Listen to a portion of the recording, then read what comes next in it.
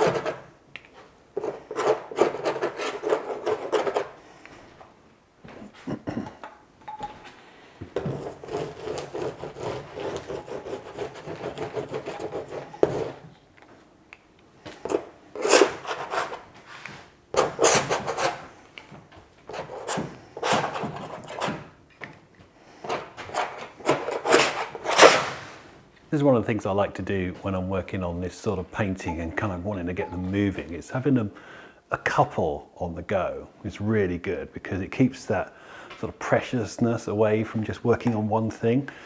Plus, working across these paintings like this, it just gives me a lot of space to make big, expansive marks. So that's what I'm doing now, really. I'm kind of working across this divide between the two of them. And I'm not really thinking of this as a painting that I'm going to put together. It's not a diptych. I'm just using having them both together like this as a way to just free up the mark making at this stage. And I think probably a good thing would be to swap them round fairly soon as well, so that I don't start repeating the same marks in the same places. I'm going to keep going.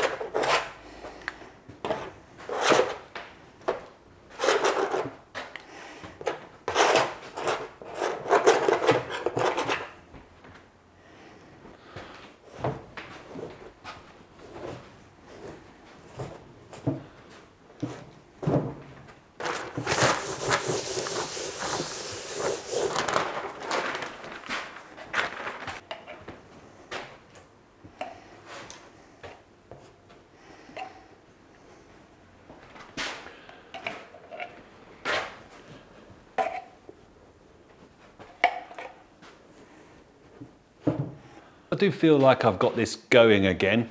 There's more of a sense of space in these paintings now. It was just, they're a bit vague before. So what I really want to do is just keep building on this. This was really just a restart and a reset for these paintings. So I quite like some of these lines in here, but to be honest, I think they'll probably go over the next few sessions that I do when I'm starting to build the painting up, put more layers of paint on and start to really think about where I want them to go.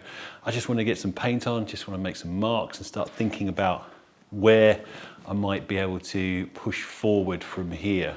Like I was saying, at the moment, it's sort of working as a single painting. It looks like I'm painting a single painting, a big long painting. That's not really my intention. I don't particularly want to make a diptych. So it was really just a case of having the paintings next to each other so that I can make bigger marks across a larger surface. And you could probably see while I was doing the painting, I was making these marks that was kind of sweeping across from left to right, mostly because I'm right-handed. I tend to make a lot of marks like that. But they're nice big marks. They're nice big, open, expansive marks. And that's what I really like to do when I'm working on these larger scale paintings. So just having them next to each other like this just allows me to almost forget about the edge. You know, the edges of the paintings, where if they were separate, you tend to think of them as working from the center out to the edge, and then you stop. Working like this, I can forget about those edges and make marks that go across them, and it makes the whole painting feel a lot more open and expansive.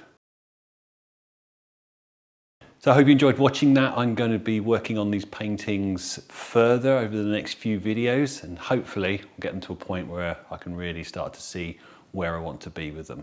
Okay, thanks for watching, and I'll see you soon.